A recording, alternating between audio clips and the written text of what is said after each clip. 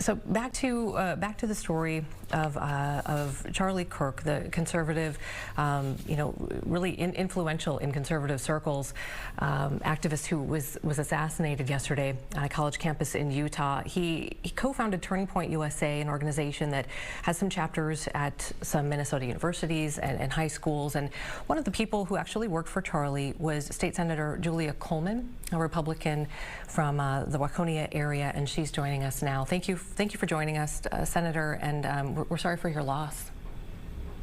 Appreciate you having me on, and thank you for your sentiment. How did you meet Charlie Kirk?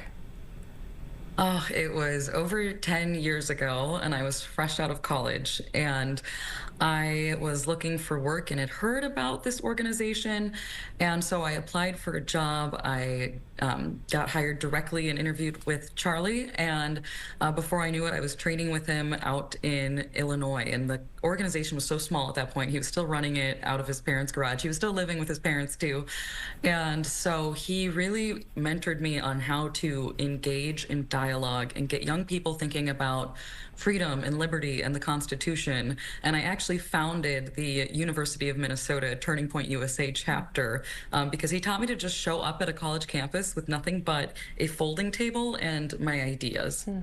And how did the work change over the years? Was it always kind of we've seen the videos online of him putting the open mic there and saying, if you disagree with me, come on up to the front of the line. Was it always like that, or did it kind of evolve into that? How important was that piece of his work?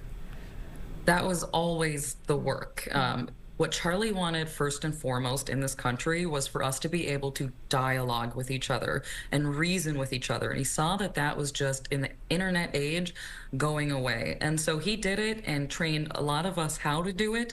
And then eventually it got bigger and bigger and bigger. And that's where we started seeing it become these big events, or he would have them filmed. And it was always what it was. It just blew up. You got to know him obviously as an activist. Talk to us a little bit about who he was as I guess a human being, and we've seen these pictures of his beautiful family, wife, and two young children. What do you want us to know about him as a father and a husband? I made a lifelong friend when I was working alongside another woman with Charlie Kirk, and she called me. Actually, I called her to tell her that he had passed away because I'm friends with the Lieutenant Governor of Utah, and she had informed me prior to that becoming public. And I said, Faith, I don't want you to read this on the internet. I want to tell you personally that this happened. And, after some tears, we started reminiscing, and she was laughing because there was a moment, because Charlie was so young and so humble that he got a Fox News interview and didn't own a suit. I'm like, buddy, we got to go shopping for a suit for you. Like, he was just so humble and idealistic that that's not even something he would have thought of. And he never stopped being the person he was. What I saw was a man of conviction, a man of faith and family who just genuinely wanted us to talk to each other. And that never changed, even though his organization grew up so much.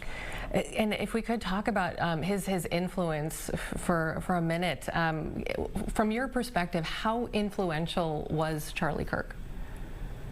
Incredibly. I think that most young people who are getting into the conservative movement or have gotten into it in the last 10 years, I guarantee you they have a story about they saw a video or they met someone on a college campus and it was tied back to Charlie Kirk. And while there are immense shoes to fill now, he trained thousands of more people what to do that he trained me how to do it.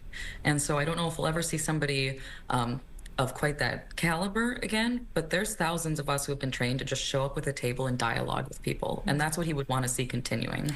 Yeah, what was it about him, do you think, that really seemed to be so, I guess, almost magnetic? Because even the president and very high up sort of Republican senior officials have said that Charlie really helped rally and helped get President Trump elected.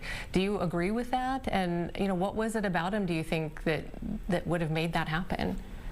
Yeah, I think between Charlie Kirk and Barron Trump, they had the biggest effect on getting young people to hear the message of the president. And I think what it was about Charlie, when I'm thinking about my own time being young and getting into Republican Party politics, there was nobody that looked like me. Getting me into that movement. There was nobody under the age of 60 talking to me about freedom and liberty and the Constitution. And Charlie finally was that voice. Charlie was somebody who was relatable, who knew how to talk like us, who knew how to make memes like us. And so he was just a relatable voice that young people really listened to. And he didn't just talk about policy, he also talked about what it meant to be a man, what it meant to be a responsible citizen, what it meant to be a person of faith. And so he really guided so many young people, and I know that a lot of them are hurting today. I also really want to just ask you, and I think, there might be people, whether they knew who he was or how much they knew about him, and I'm sure you're seeing this too, this reaction of from some who are, who have felt like they couldn't support him, wouldn't support him because of things that he said. Anytime you're vocal about what you believe, you become, all of us become vulnerable, right? So I'm curious, did Charlie ever see any of that? When people were saying he's a racist, he's homophobic, things like that. Did he ever hear that, see that, recognize it, validate it at all? Or what? Did you ever have conversations with him about that? He did prepare all of us to be called those things, and that really helped me be able to put on a big shield of armor every time I would, go into different situations in life, like running for office as a new mom. And so what he was great at, though, was getting to people to say, why do you think that? And they're unable to give an example, or what do you mean by that? And really talk it through and help them kind of understand more where he's coming from, and so that they can understand it's not coming from, an ugly spot in someone's heart, it's coming from a belief, and he had a logical reason for each belief. Senator, you, as many of your colleagues have lived now through a really horrific summer with the loss of Speaker Emerita Melissa Hortman and her husband, the attempted assassination of the Hoffmans, and the intended assassinations of other of your colleagues. Now, your mentor has been assassinated. How much of you is looking at this going, is this really worth it? I was on the phone with my mom this morning, and there was a brief moment where I said, if I don't get out of this, I am worried my kids are going to grow up without a mother. And there is that reality. But I also know that this nation has survived this before. I mean, you think in 2 years we lost JFK, RFK, MLK. We have survived horrific acts and really tough times like this before. And I have enough faith and hope in the people I serve with and the people I know to know that we aren't going to be the generation that lets this great American experiment die. We are not going to be the generation that lets free speech die with Charlie Kirk. And I believe that there is a moment, and Minnesota's been living it since June, that we can actually come together and start treating each other like people again. But it takes personal responsibility from every single one of us, from the things I put out online and how I talk to other people, from what the media covers and chooses not to cover, and for the average everyday person. You don't have to like and retweet something if it's not positive.